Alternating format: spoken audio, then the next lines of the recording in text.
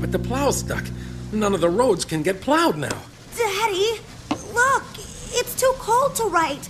I have to stop doing my report. Yes, we still have power, Oliver. Francine can work on a report here. I'm gonna pick up food. I'll get enough for everyone. Power is out across most of the country, and food supplies are low. Is that all the milk, eggs, and bread there are?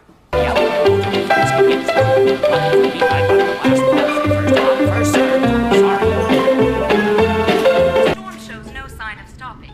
Things are going to get worse before they get better. Why eat beans when we have all this food? I wouldn't eat that junk if I was you. Besides, it's all froze. I hate school. Rough Rough Tweet and Dave. Weekday mornings at 11 only on Sprout. And watch anytime on demand, online, and on the free Sprout Now.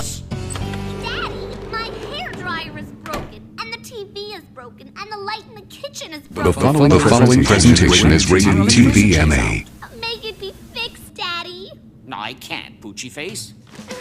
Very funny. Make it be fixed, Daddy. Pay someone. This is something money can't fix, Honey Wallet.